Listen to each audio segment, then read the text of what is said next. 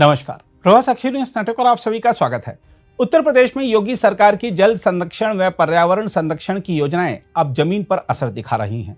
नमामि गंगे कार्यक्रम और मनरेगा के तहत किए जा रहे प्रयासों से राज्य की सूखी व विलुप्त प्राय नदियों में फिर से जीवन लौटने लगा है। हम आपको बता दें कि उत्तर प्रदेश में अब तक 3363 किलोमीटर लंबाई में कुल 50 नदियों का कायाकल्प किया जा चुका है, जिससे गांवों को नई ऊर्जा और किसानों को सिंचाई का बेहतर साधन मिल रहा है। हम आपको बता दें कि योगी सरकार ने जल संरक्षण को लेकर विशेष पहल करते हुए 1011 गंगा ग्राम पंचायतों में छोटी नदियों व जल धाराओं का पुनरुद्धार कराया है।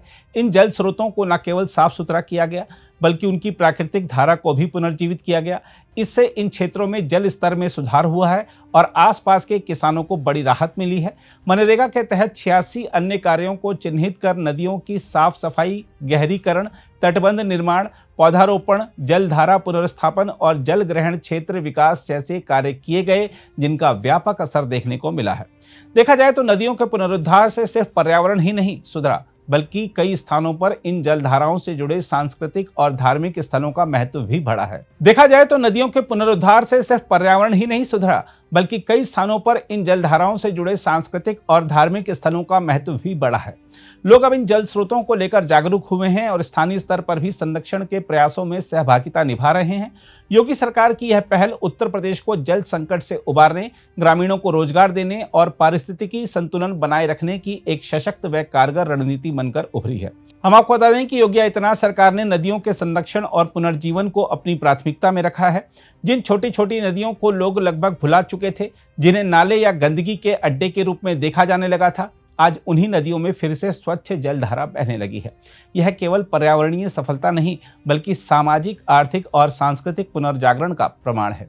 इसका सबसे ताजा और सकारात्मक उदाहरण फिरोजाबाद जिले में देखने को मिल रहा है, जहां वर्षों बाद नदियों का पुनर्जीवन स्थानीय जनता के लिए आशा और उत्साह का कारण बन रहा है। फिरोजाबाद के सिरसागंज, शिकोहाबाद और टुंडला क्षेत्र में बहने वाली 108 किलोमीटर लंबी सिरसा जैसी छोटी नदियां गंदगी, अतिक्रमण और जल स्रोतों के सूख जाने के कारण लगभग मृत प्राय हो चुकी थी। नदियों में गंदा पानी, प्लास्टिक, सीवर ने प्राकृतिक जलधारा को खत्म कर दिया था।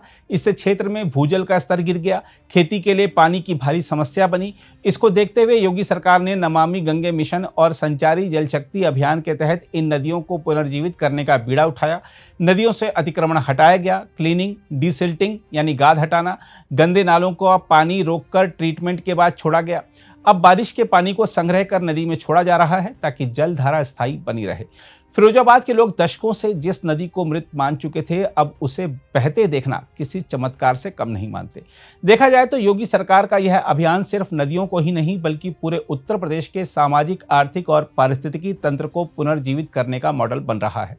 फिरोजाबाद से लेकर पूर्वांचल और बुंदेलखंड तक हर नदी के पुनर्जीवन से गांव-गांव में भरोसा लौटा है कि सरकार यदि चाहे तो मरी हुई नदी में भी फिर से जीवन बह सकता है। उत्तर प्रदेश अब जल संरक्षण और नदी पुनर्जीवन का आदर्श राज्य बनता जा रहा है। नदियों के पुनर्जीवन से होने वाले प्रभाव पर गौर करें तो आपको बता दें कि आसपास का इलाका पहले जल स्रोत न रहने से बंजर बनने की कगार पर था। पुनर्जीवित नदियों से अब सिंचाई सुविधाएं बेहतर हो रही हैं। इससे कृषि उत्पादन बढ़ रहा है, खेती लागत घट रही है। साथ ही जहां नदी बहती है, वहां मत्स्य पालन, पर्यटन, औषधीय पौधों की खेती, छोटे उद्योगों के लिए नए अवसर बनते हैं। इससे ग्रामीण युवाओं को स्थानीय स्तर पर रोजगार के अवसर भी मिल रहे हैं। अगर आप भी लेना चाहते हैं देश दुनिया की तमाम जानकारी, तो आज ही सब्सक्राइब करें हमारे चैनल को। साथ ही नीचे दिए बेल आइकन को जरूर दबाएं, ताकि हर अपडेट आप तक पहुंच सके।